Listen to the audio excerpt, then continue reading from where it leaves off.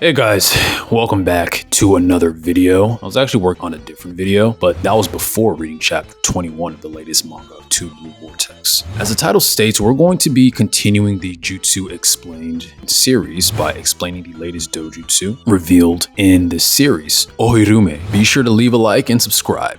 As a bit of a bonus, we'll also talk about more interesting things that occurred during the manga chapter, as well as how things get affected moving forward. I'm going to actually start this by bragging a little bit and saying I was actually basically 100% correct with my prediction of what I thought Sarada's Mangekyo ability was going to be centered around. That video is here if y'all want to check it out. From that video, I theorized that this new jutsu was a singularity of some sort. For those that are not scientific people, a singularity is an amalgamation of matter in space-time where gravity is said to be so powerful that the laws of physics are said to break down and not function like they normally would. Singularities tend to be at the heart of black holes and form when the density of an object like a star collapses upon itself. From the context of the Naruto series, singularities are a bit different in that they are not these internal structures within black holes, but are separately these masses of matter with an extraordinary amount of gravitational pull that brings any and all surrounding matter to the singularity point until a certain undefined amount of material has been added upon the singularity to form a planetoid. I was also correct in comparing Ohirume to Chibaku Tensei in that these techniques operate in the same way of being spheres of matter with powerful gravitational pulls. The main difference between the two is that Pain has no control over what is pulled towards his gravitational singularity, whereas Sarada actually does. We see during the manga that Sarada can actually control what exactly is affected by the gravitational pull, and this is confirmed by Mitsuki as him, Yodo, and Araya are relatively close to the singularity yet are unaffected by it, while Ryu is there getting pulled to the singularity and can't stop the gravitational pull regardless of what he tries. The next thing of note is the amount of singularities that appear. We see that 4 separate singularities appear, which is quite odd. Mainly one singularity was more than enough to take care of Ryu. Yet there was another singularity that did help in terms of absorbing the iron sand from another direction. Yet there are 2 more singularities that are simply there and did not do anything, leading me to theorize that either this technique by default is always going to send 4 singularities, or that Sarada may not have complete control over this technique. The latter is most likely true because we see Sarada pass out completely due to the chakra expenditure after murdering Ryu. Speaking of murder, on a side note, Yodo was actually killed by Ryu. Honestly, I thought she would have survived because shonen manga like Naruto have a hard time actually killing people, but I'm happy to see a character get killed within the context of a manga, for the simple fact that it really adds to the realism of what we're reading. Honestly, I wish we could have learned more about Yodo's technique, but maybe she can show Lady Chiyo. Let's actually backtrack a bit to explain why Sarada was holding this power back. Remember how in the last chapter Yodo was claiming that Sarada was holding her real power back, the power she was letting rot? Yeah, I theorized Sarada was ashamed of this power for some reason, and this was confirmed. The manga goes into a whole backstory about Sarada restricting herself from this power because she felt helpless due to all the calamities that have happened from the past several years. She felt incapable of helping people and was not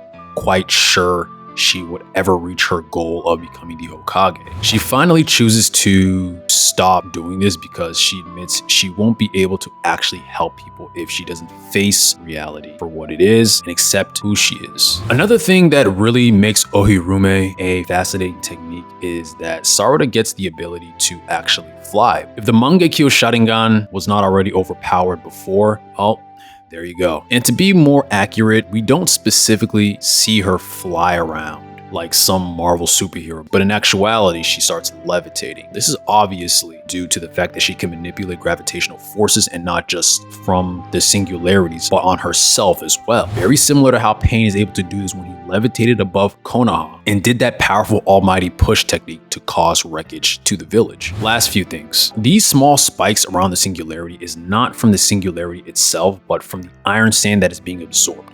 Also, don't get confirmation as to how Sarada makes these singularities, if they are released from her hand like Pain did, or another way. And it was confirmed that Sarada was familiar on how to use this technique despite this being new. Not quite sure how that works, but whatever. And we unfortunately are not sure whether or not this is Sarada's right eye ability or left eye ability, as this was not confirmed from the manga chapter either. Sarada was able to destroy Ryu by sending him towards one of the singularities and having the gravitational pull absorb him and then crush him completely, which led to her using up most of her chakra and rendering her unconscious. The last thing of note from this chapter occurs towards the end when we learn that Sarada deciding to use this technique was completely associated with Kashin using his prescience technique. In short, it's a shinjutsu that allows the user to see multiple timelines and how certain decisions can affect these timelines. To summarize, Kashin made sure this all happened by first making sure Boruto would not go to help Sarada and the others because he knew that Sarada needed to awaken this technique again by experiencing trauma. That trauma being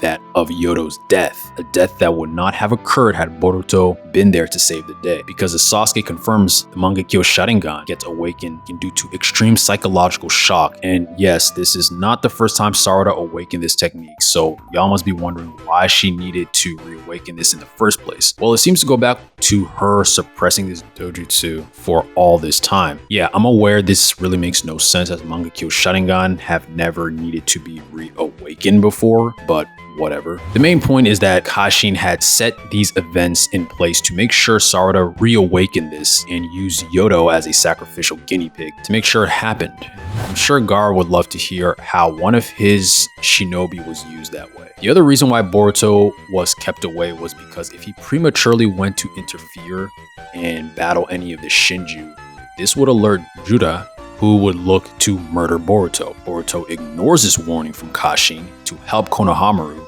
and kill Matsuri, which did alert Judah. Anyways, that was basically everything that happened during the latest manga chapter. Regarding this new dojutsu Ohirume, it is quite literally the most powerful Mangekyo ability we have seen in the series to this point. The only thing that could honestly make an argument would be Shisui's Kodomatsu Kami. But because of the ridiculous cooldown time of that technique, I would still place Ohirume at the #1 spot. The ability to manipulate gravitational forces and wield multiple singularities like truth-seeking orbs is actually ridiculous. It's the Sharingan though. Who here is actually surprised? Anyways, let me know what you guys thought about this new dojutsu. This technique is cool as hell. It's like having all of Tendo Pain's powers made into a Mangekyo Sharingan. Be sure to leave a like and subscribe as well, guys. Really, I need you guys to subscribe. You guys are watching my videos, you're enjoying them, you're commenting, you're liking them. I really do appreciate that, but you gotta subscribe. I'm really trying to grow this channel, guys. Please help me out. Let's grow this channel up and let's make this into something